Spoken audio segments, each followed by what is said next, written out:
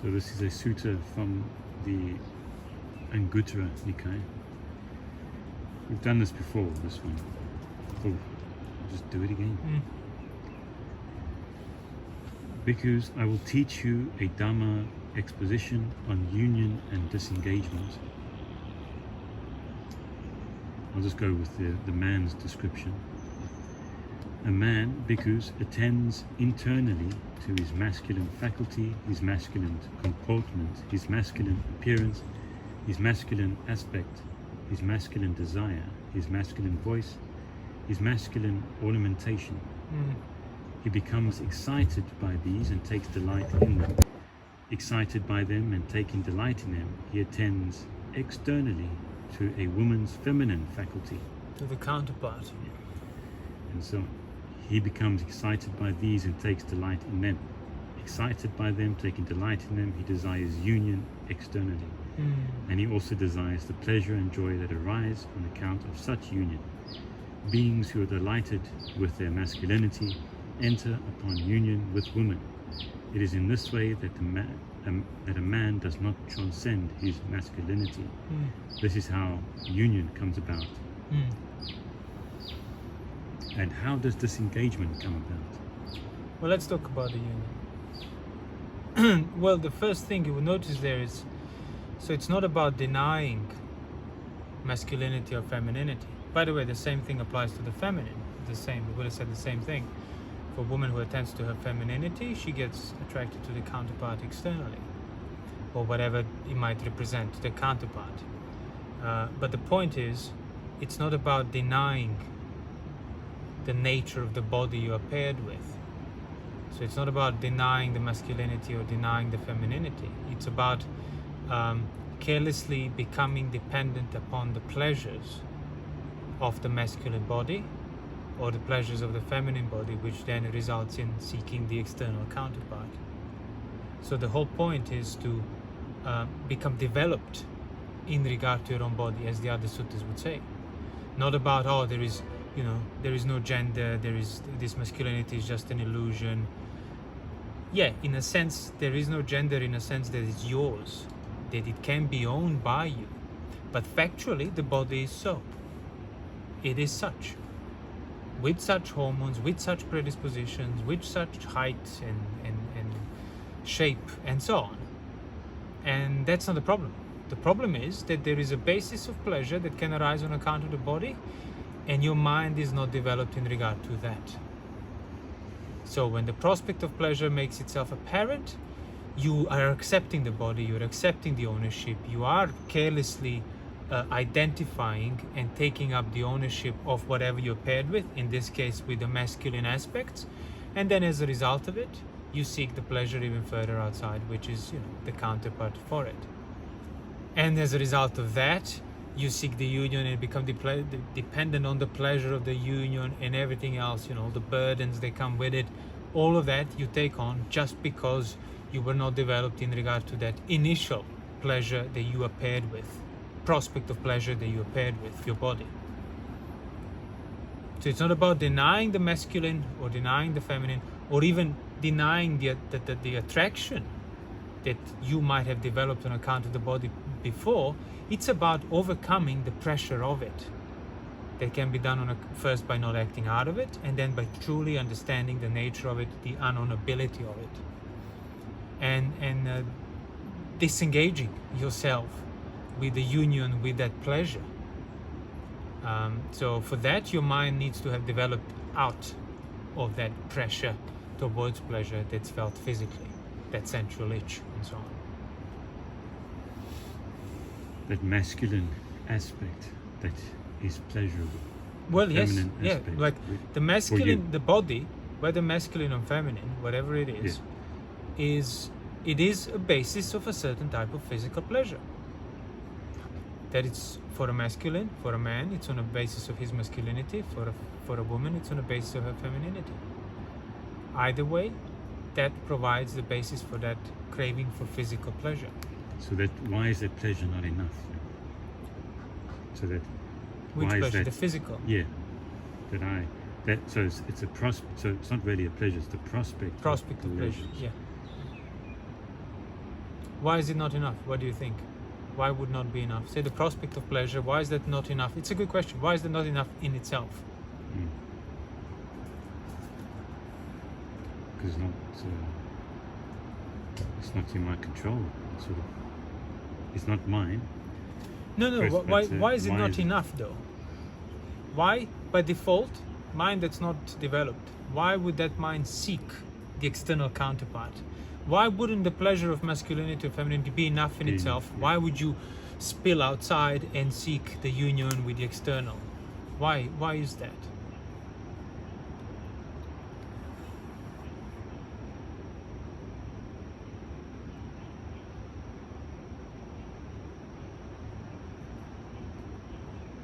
It's because of a view. It's because of the assumption of where the pleasure of sensual kind is. It's because of the assumption that it's in the external sense objects, not on the level of your body. In the same sense that people assume that they are accessing, seeing, perceiving, owning the external objects and not their senses seeing, perceiving and owning.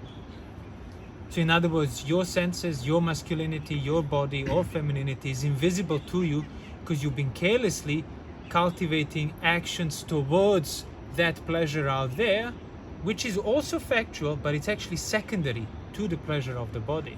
Its sense objects are secondary to the existence of the patiga of your senses. And the only reason you don't see that is because you keep assuming, you keep holding the view that that's first and this is second. This gets attracted to that because of that. And thus, whatever's here is seen as second. And that's why it's seen as insufficient. That's why you're not developed in regard to the body. Because you assume the wrong order, and the wrong order prevents the development.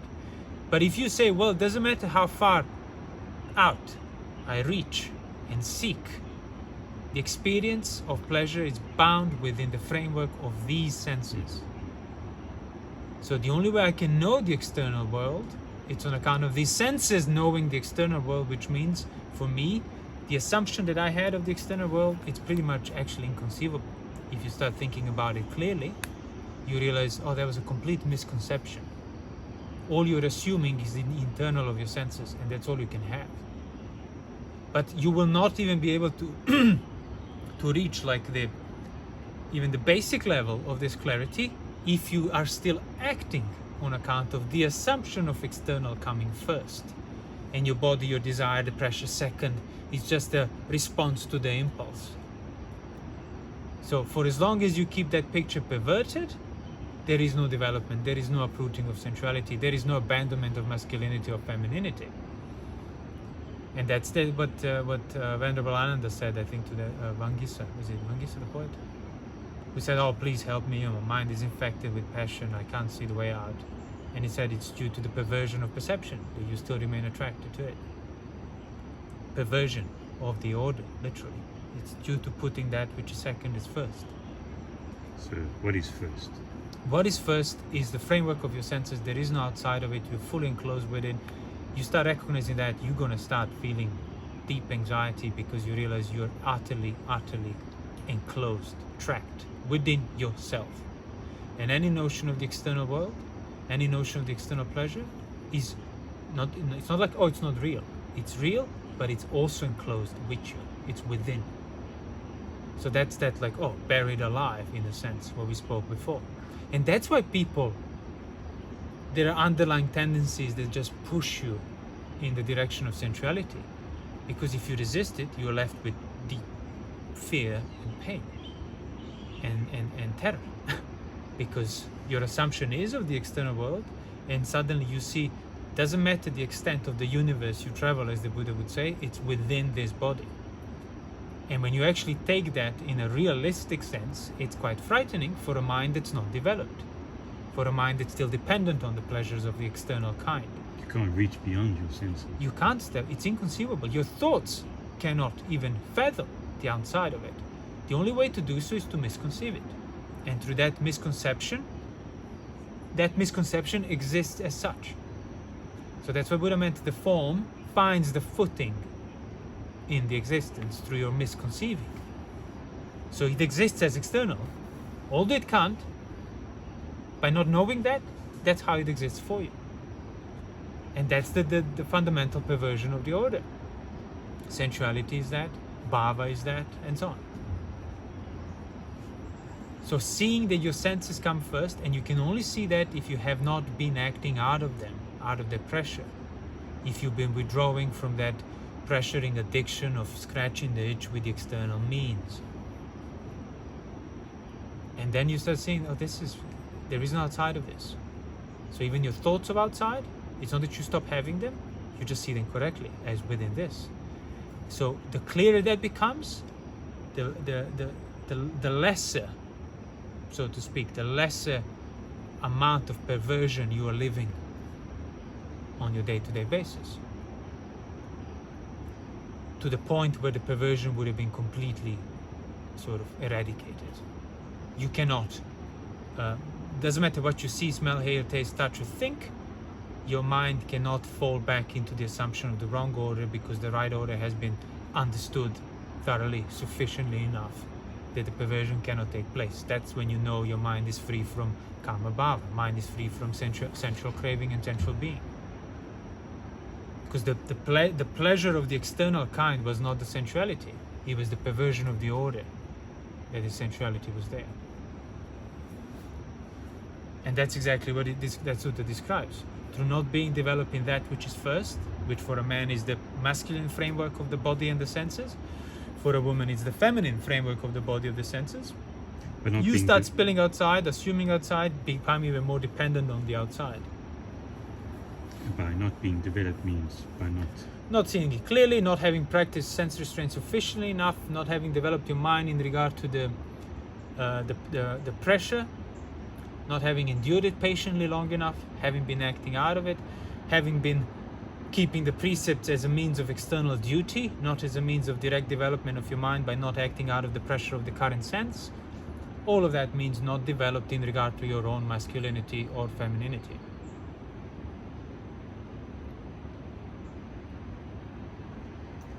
Another thought I had means taking up the ownership of that pressure. Yeah. Means not being able to see it as impersonal as anicca.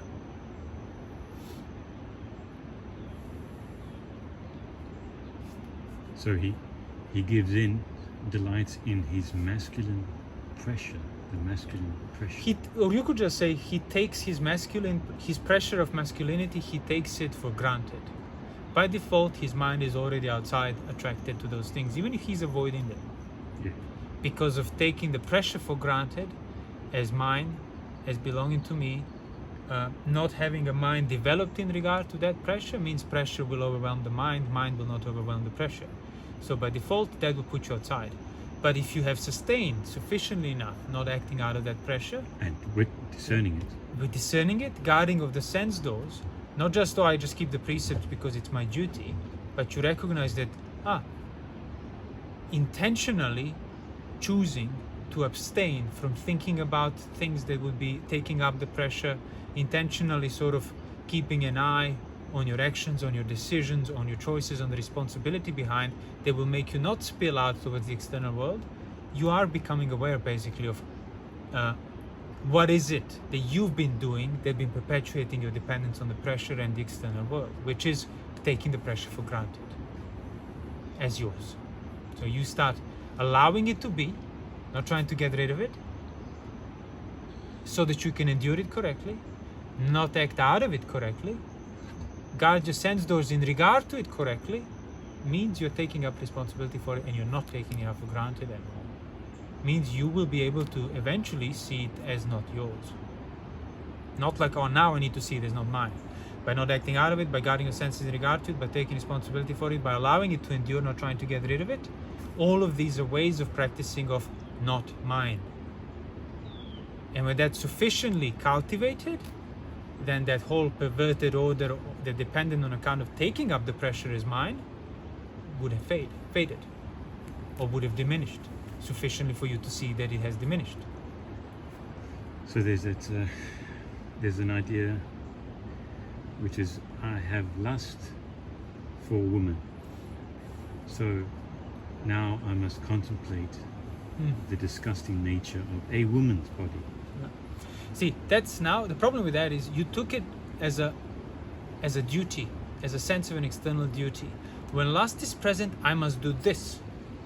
No, when lust is present, you must first acknowledge it. Active. Yeah, lust is present in your mind. You need to recognize the mind of lust as mind of lust. Not like mind of lust, I do this. Mind of non-lust, I do that. Either way, I will try to not be aware of myself because it's too unpleasant. The mind of lust is there, that needs to be endured. So the mind of lust is there, I must not act out of it. And if you are jumping into practice of asubha, immediately means you're acting out of it. You're not allowing it to be for what it is, the phenomenon of lust, the mind affected with lust, you're trying to get rid of it. And which is exactly the motion of sensuality. Lust is present, you jump into the sensuality to get rid of that painful itch. So now you learn that's bad, so what do? Lust is present, you jump into acting out to get rid of that painful itch. So that's the two extremes that people end up going towards by not understanding the middle way. You either scratch the itch or try to deny the itch. So people's practice of asubha often falls on the level of just trying to deny the itch. And that's not the asubha. That's not uprooting of the lust, that's just managing of it. And not even that well, because it's going to come back and the asubha will lose effectiveness the more you do it rooted in wrong reasons. So the mind of lust is present, the first thing you know is like, okay, I should not act out of this. But I should do asubha. Well, I should do asubha when the mind of lust is not present. Because otherwise I'm doing asubha rooted in lust. I'm trying to deny the lust. Why would I try to deny the lust? Because I don't want to endure it. Oh, well, there you go. The first step of patient endurance is what you don't even want to do. So all the subsequent steps you might be doing are on the basis of your Silabhata Paramasa, of avoiding responsibility for the first step of enduring it, not trying to get rid of it.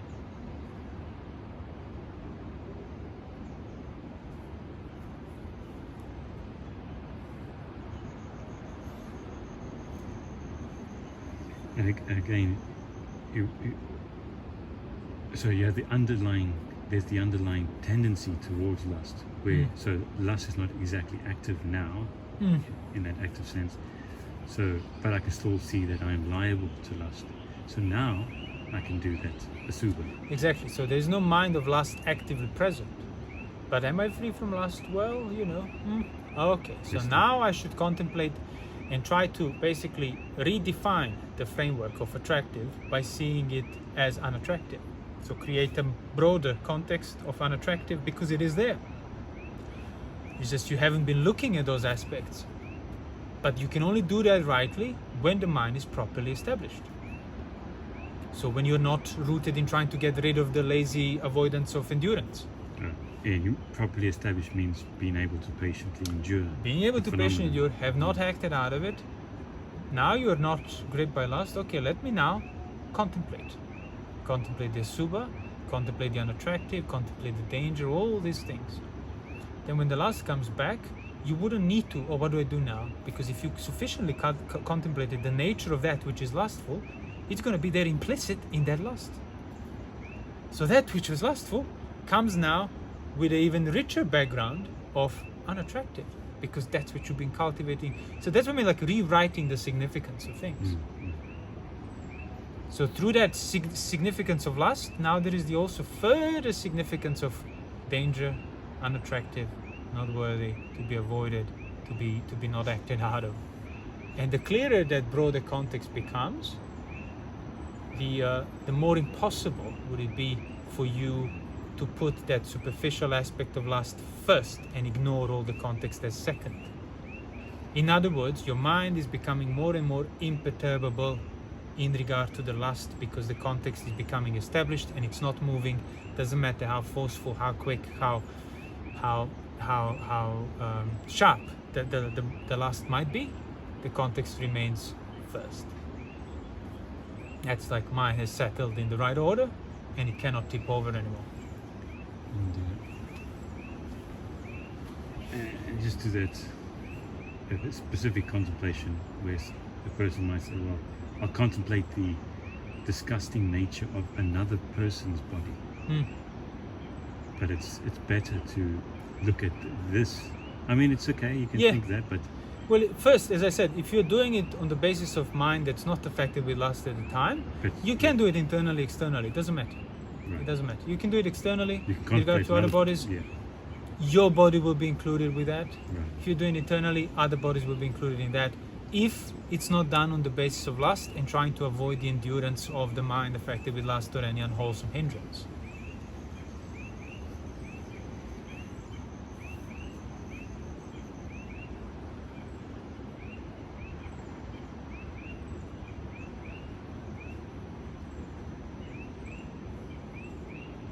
So it says, how does one practice disengagement? It says basically you don't delight in your masculine aspect. Don't take it for masculine granted. faculties. And then there's no The seeking pressure, the an possibilities that your masculine form is offering you, possibilities of pleasure. Yeah, you need to practice non-zeal, non-interest towards those. Don't take them up for granted, but actually start contemplating and regarding them as perilous. So that's basically using your body for the sake of gaining the external pleasures. So which you can never gain. Which you can never gain because it's already a perverted order. But if you don't understand that, then you would be established based upon, pretty much dependent upon the form that you have, which is masculine or feminine. And by that means you took it for granted, you took the ownership of it, and that's the beautification, the anxiety that you get in regard to the form if you get sick, the senses failing, all of that is on that level. That means you already took it for granted. So what you need to do is you can't just I will now untake it. I'll just let go of it. It's not a matter of direct choice, but what you can do is first stop acting out of the form being taken for granted. So stop acting out of towards external pleasures. Start practicing sense restraint. Endure your senses. Endure the pressure, exactly. Endure their own patiga, and try to see it as impersonal as possible. And then, if you become more accustomed, which is what samadhi is, stop resisting, basically being unmoved because you're becoming more accustomed because you endured it sufficiently enough.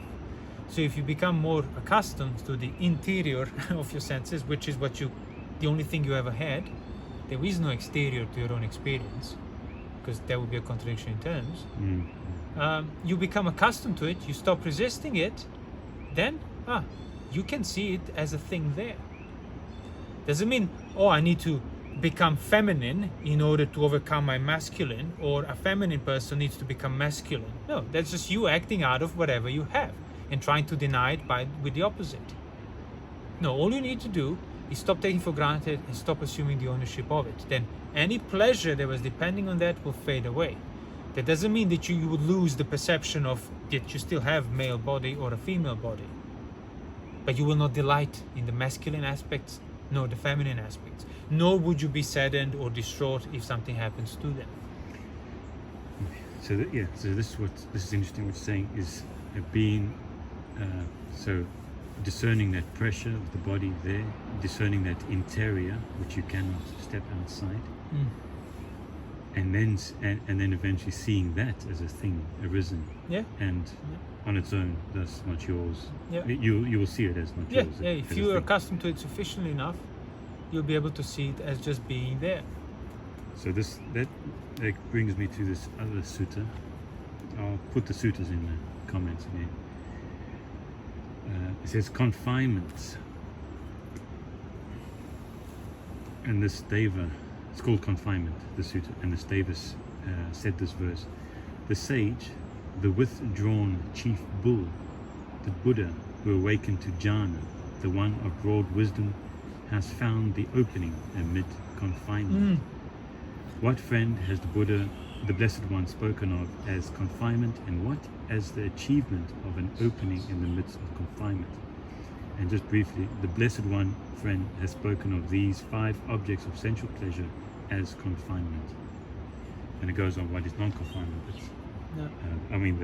The opening. What is the opening amidst that confinement? So the opening is not finding another direction of your senses. or denial of the senses. The opening is removal of the ownership of that which confines you. That Complete basically non-appropriation, which begins with first jhana. that's what keeps you inside the interior, or not. I don't say keeps you that you go outside of it, but What do you mean? the opening amidst confinement is that It's the escape of the confinement. Yeah. That's what it means. not The non-ownership opening. is- Yeah, like the opening amidst confinement. Or what is that opening? It's not like you find the opening through the aggregates from which you can sort of slip out of samsara. No, it's like you are confined by everything that appears. Nama rupa vijnana, vijnana nama rupa is the ultimate confinement. So what is then the opening of amidst that? What is the escape amidst all four fully being buried alive? It's removal of the ownership of that situation in its entirety. And that's when the first jhana, there is no sense of I am. I am entering the first jhana. But it's not that there is no sense of the five senses. There is, but there is no ownership of it. There's thinking and pondering, but the traces of ownership have been completely removed on every level. Thus, nobody's confined. There's no confinement anymore. Because in order for something to be confined, you need that which confines and that one which is confined, the assumed sense of self. So complete removal of the ownership and conceit is the utter, that the subtlest of the openings, so to speak, the escape amidst everything that confines. and that's what it says, that the first jhana is that opening, that escape from. But Yeah, it's establishment upon the first escape, pretty much. then he sees that there is a confinement there. Yes, but now you're That's- getting abstract. Like, if a person develops first jhana, they'll understand the true okasa, the true opening among sambada, confinement, the Pali word, and then the principle of other jhanas will become apparent. But if somebody tries to, the opening, the confinement, none of that becomes applicable now, because it's just taken as an abstract sense. So, again, the opening, the escape from the confinement, from that which confines, which is the ownership, is the removal, it's the uprooting, it's the fading away of ownership and conceit in regard to the senses and the sense objects and the pleasures you've been dependent upon. That's why first jhana is enough for arahantship, as the suttas would say. You don't need second and third and fourth. First jhana, if you establish your mind upon that first escape, first level of okasa, first level of opening amidst confinement, and spend sufficient amount of time in it, you will have completely uprooted any lust towards anything that was confining before, and experience this passion towards it. But yes, theoretically speaking, one who is establishing the first jhana can then start thinking about, is there a more refined okasa, more refined escape, even in regard to this, which, from the point of view of the second jhana, the first jhana is very coarse. From the point of view of the third jhana, the second jhana is very coarse. So you use that principle to remove the ownership. Because, jhana in itself does not necessarily bring the full uprooting of the sense of I am and sense of mind. For that, you need wisdom. That's why, again, theoretically, a person could have jhanas without, having fully uprooted their underlying tendencies. So here I am with the pressure of the body. There's a pressure of the body, and I want to satisfy it. I want to get rid of that pressure. I want to feel pleasure. I don't want to feel this pressure. Why is that? And that is a burden to me. Well, what is the burden? It's confinement. You are confined by this discomfort, by the pressure. So what do? You try to get rid of the pressure by letting it outside. So that's why you will not find the true opening amidst confinement, because you keep acting out of confinement towards the assumed opening. So the sense pleasures of the external kind are the assumed relief of the pressure here. And that's why people are so psychologically dependent on scratching the itch.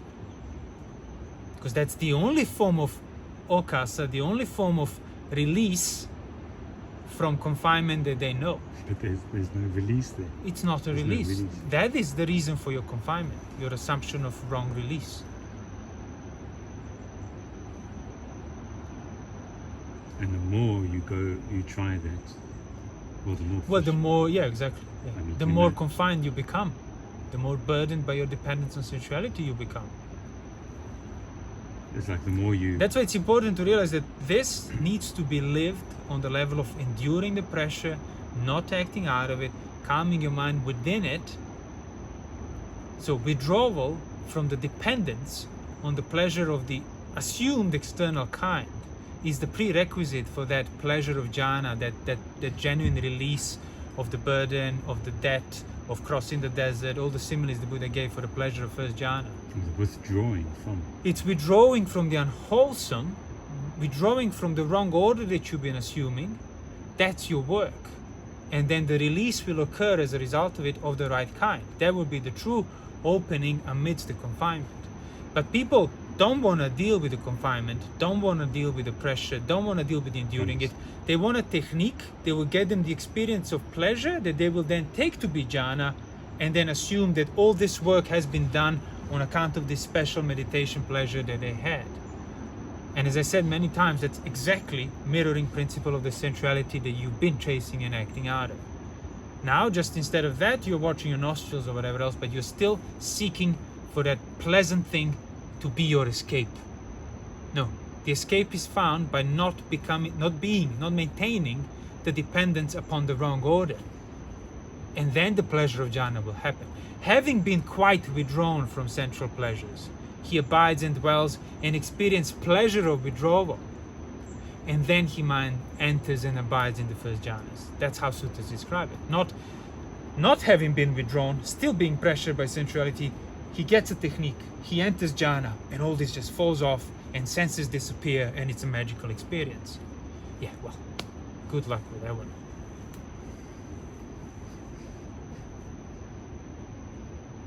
As soon as you wake up from that, boom. Yeah, it needs to be You're still practical. inside. And if you think, okay, so the second jhana, the third jhana, again, that's what Buddha said. It's like a cow that hasn't even established itself upon the first rock it stepped on. Started planning to step on the second one and falls between the two.